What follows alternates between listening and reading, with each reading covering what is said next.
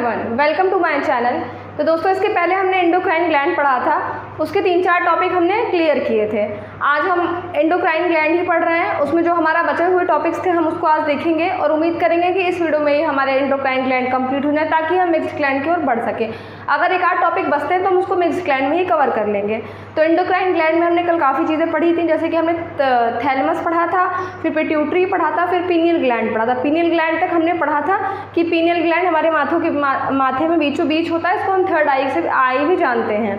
ये सारी चीज़ें हमने पढ़ी थी। इसमें हमने ये भी पढ़ा था कि मेलाटोनिन नाम का इसमें से हार्मोन रिलीज होता है, जो कि निद्रा का हार्मोन या रात का हार्मोन के नाम से जाना जाता है। तो चलिए आज का जो हमारा टॉपिक है हम उसको पढ़ते हैं और वीडियो को स्टार्ट करते हैं। तो देखिए, आज है, उसके बाद हमारा पीनियल के बाद आता है थायराइड, जिसको इंग्लिश में हिंदी में हम कहते हैं अवटू।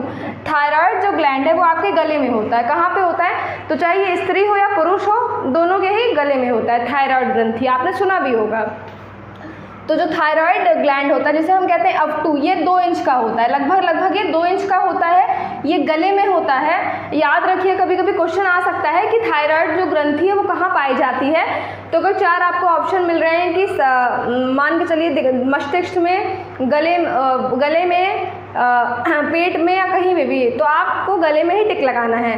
तो याद रखिएगा, थायराइड ग्रंथि गले में पाई जाती है। दूसरा, सबसे बड़ी ग्रंथि होती है एंडोक्राइन की। अब सबसे बड़ी ग्रंथि तो हमने पढ़ा था कि लीवर होता है, मतलब लीवर होता है, मतलब यकृत होता है, जिसे हम जिगर कहते हैं, वो होता है। लेकिन हम यहाँ एंडोक्राइन की बात कर रहे हैं। वो तो पूरे हमने ग्लैंड के लिए पढ़ा था, लेकिन अगर हम एंडोक्राइन बात करें, अंतःस्रावी की बात करें, तो अंतःस्रावी में थायराइड जो हमारी ग्रंथि है वो सबसे क्या है, बड़ी ग्रंथि है। उसके बाद देखिए, थायराइड जो ग्लैंड है, हमने ये ग्लैंड में ही पढ़ा था कि ग्लैंड जो होता है, जो ग्रंथि होती है, वो शरीर की कुछ विशेष क्रियाओं के लिए बहुत महत्वपूर्ण होती है और उसमें ही वो हमें हेल्प करती है, चाहे हम किसी भी चीज़ को उठा करके देख लें। तो ये क्या करती है, ये हमारे शरीर के चयापचय को कंट्रोल करती है या नियंत्रण करती है। अब बच्चों के मन में आएगा चयापचय, तो देखिए हिंदी में बहुत टफ होता है, इसलिए मैंने इंग्लिश लिखा है मेटाबॉलिज्म।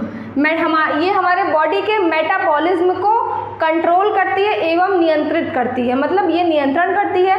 अब आप लोगों के मन में आता होगा कि मैम मेटाबॉलिज्म हम किसे बोलते हैं। देखिए, मेटाबॉलिज्म अगर हम आसान भाषा में बोले तो जो भी भोजन हम ग्रहण करते हैं, जो भी खाना हम खाते हैं, उसको एनर्जी में कन्वर्ट करना, प्लस नई कोशिकाओं का निर्माण करना, साथ ही साथ पुरानी कोशिकाओं को सुरक्षित करना, ये मेटाबॉलिज्म का काम होता है। ये मेटाबॉलिज्म इसी को कहते हैं, यही प्रोसेस होता है मेटाबॉलिज्म का।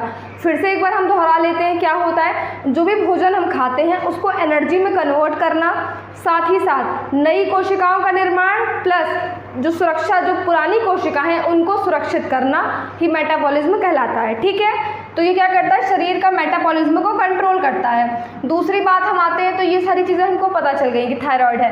अब देखिए, इससे हमको बीमारियां कौन कौन सी होती हैं। तो होता है, हमें एक होता है गोइटर, जिसे हम कहते हैं घेंघा। इससे हमको ये बीमारी हो सकती है। मोटापा, जैसे बहुत लोगों का वजन बढ़ने लगता है बहुत ज़्यादा थायराइड की वजह से, बहुत लोगों को घटने लगता है, तो ये किसकी वजह से, तो थायराइड की वजह से। ठीक है, उसके बाद इरेगुलर पीरियड्स आते हैं। जो भी लड़कियां होती हैं उनको इरेगुलर, जिनको पीरियड्स आते हैं, जो मासिक धर्म हम कहते हैं महीने में आता है, जिनको 28 की साइकिल होती है, वो आगे पीछे बहुत लोगों का होता है, इसकी वजह से वो भी होता है। सेकेंड चीज़ है हमारा टायर्डनेस, हमको थकान बहुत महसूस होती है। तो ये सारी चीज़ें किससे रिलेटेड है, हमारे थायराइड से। नेक्स्ट हम आते हैं, आपका एक फिर आता है पैराथायराइड। पैराथायराइड हिंदी में कहते हैं पारा अवटू। अब ये तो समझ में आ गया कि हमने थायराइड पढ़ा था, ये पैराथायराइड है, मतलब इससे कुछ तो मिलता जुलता होगा। तो हाँ, ये कहाँ होता है, ये थायराइड के पीछे होता है। कहाँ होता है, तो थायराइड के पीछे होता है। उसका 0.01 से लेके 0.03 ग्राम होता है, इसका वेट होता है। क्या होता है, 0.01 से लेके 0.03 ग्राम का होता है। ठीक है, उसके बाद अब देखिए, ये जो पैराथायराइड होता है, ये 2 जोड़ी या 4 जोड़ी होता है। 2 जोड़ी मतलब 2 जोड़ी होता है, एक जोड़ी में 2 चीज़ें आती है, मतलब 4 या 4 जोड़ी 8। ये ऐसा होता है, छोटा छोटा होता है, ओवल शेप का होता है, अंडाकार का होता है, इसका कलर रेड होता है। क्या होता है, 2 जोड़ी या 4 जोड़ी हो सकता है, छोटा छोटा होता है, ओवल शेप का मतलब इस तरीके का अंडा आकार का होता है और रेड कलर का होता है। क्या होता है, तो हमारा पैराथायराइड, जिसे हमने कहा पारा ऑफ 2। आप इसकी इमेज गूगल भी कर सकते हैं, आपको आसानी से दिख जाएगी। उसके बाद ये कौन सा हार्मोन रिलीज करता है, तो देखिए ये जो हार्मोन रिलीज करता है, ये हार्मोन का नाम है पैराथायरॉक्सिन और पैराथार्मोन। ये दोनों हार्मोन रिलीज करता है, पैराथायरॉक्सिन और पैराथार्मोन, ठीक है, पैराथार्मोन रिलीज करता है। साथ ही साथ जब ये दोनों हार्मोन रिलीज करता है तो ये उसके साथ विटामिन डी के साथ मिल करके हमारे बॉडी में कैल्शियम बनाता है। क्या करता है, जो हमारा पैराथायराइड ग्लैंड है, ये पैराथायरॉक्सिन और पैराथार्मोन हमारा हार्मोन रिलीज करता है, साथ ही साथ विटामिन डी के साथ मिल करके ये कैल्शियम को बनाता है। क्या करता है, कैल्शियम को बनाता है। उसके साथ ये कैल्शियम की और फास्फोरस की मात्रा हमारे बॉडी में कंट्रोल करता है। किसकी, तो कैल्शियम